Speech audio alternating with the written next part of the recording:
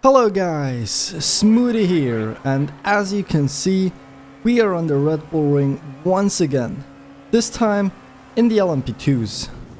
This season's iRacing schedule saw the GT3s at the Red Bull Ring last week and now has it for both IMSA and F1 this week. I also don't own this week's GT3 track, Phillip Island, so I was pretty much stuck racing here. We start in 14th position as I once again decided to not qualify for this one. Not for safety rating reasons, but because I wanted to try and fight my way through the field. This was one of my best races of the past couple weeks.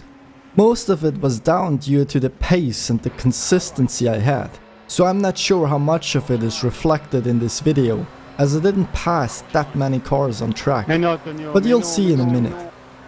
We've stayed on board for the first lap as usual, taking it easy and avoiding any early wrecks.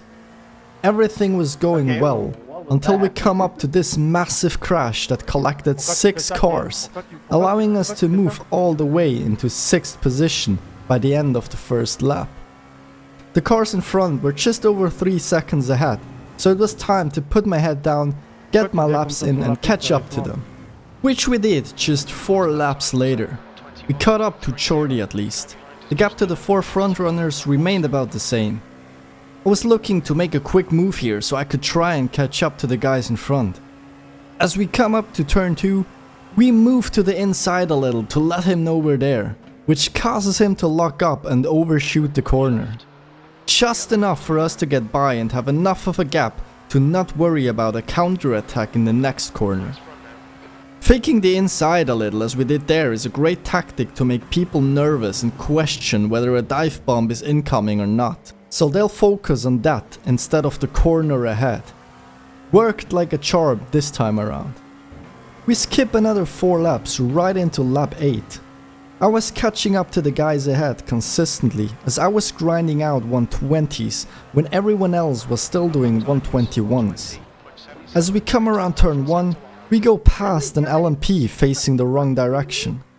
William and Hans collided with each other as they tried to go around turn 1 side by side. William spun, giving us a free position, while Hans was able to continue without losing much time. Finding myself in 4th position, we set out to hunt down Mr. Bergersen in front of us. We sat behind him for several laps as we battled through heavy GT3 traffic, until we could finally go for a proper move in lap 15. We played it similar as we did against Hagerty earlier. The difference this time being that we just stayed on the inside instead of moving back behind him, as we were much closer. We made sure to brake a little later so that he didn't have to clear on his turning, preventing him from shutting the door on me. With that move done, we put our head down and grinded out lap times again, including the fastest lap of the race, a 120.0. As I said earlier, our consistency and pace was great in this race, so 8 laps later we already had a 6-second gap to Thorstein and briefly found ourselves in 2nd place as the pit stop started. And this is where I made my only mistake of the race. Unfortunately, a big one. As we come into the pits, I took too much speed around the corner and went over the white lines on the entry. At first, I thought I was fine, but as we enter the pit lane, we see the message pop up. A 40-second hold for unsafe pit entrance. All the work I did the past 20 laps, down the drain. We came out the pits in 7th position. Unfazed by my own error, we started hunting down people again, grinding out more 120s in the process, when everyone else but the leader were still doing 121s. So 6 laps later, with just 3 minutes to go, we found ourselves behind Hagerty again, who we overtook earlier in the race. The work was cut out for me this time, as he spins himself out of turn 1. A quick reaction from us prevented a crash there. But now, in 6th position with just 3 laps to go, we set our sights on Tune right in front of us. We skip 1 lap and as we come down to the start-finish line again, we see the white flag. Last lap of the race. It's now or never. We get a bit lucky there as he had GT3 traffic into turn 1. Meanwhile, we take an off track just to carry some extra speed out of that corner. The hunt is on. I knew that next corner was crucial to get right behind him, as this was one of my strongest corners of the circuit.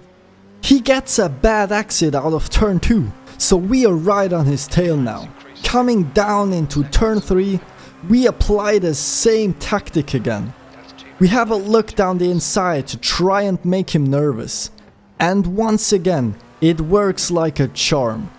He overshoots the corner and loses a lot of speed. Side by side, going into the long left-hander, we try to make it stick around the outside. But there's not much grip, but we do get a better exit. Can we go down the inside? We do! And we make the move stick on the very last lap of the race. Going super defensive here to not give him a chance for a counter-attack.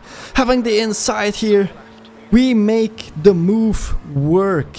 A little bit of a lockup here going into the last corner, but there's not much we can do. What a last lap that was. And what a race that was. Starting from P14, briefly finding ourselves in P2 before the massive mistake in the pits threw us back to P7. Just to fight our way back into the top 5 in the last 3 laps, including a last lap overtake. I hope you enjoyed this video. If you did, please don't forget to leave a like and subscribe. Have a nice day and see you in the next video.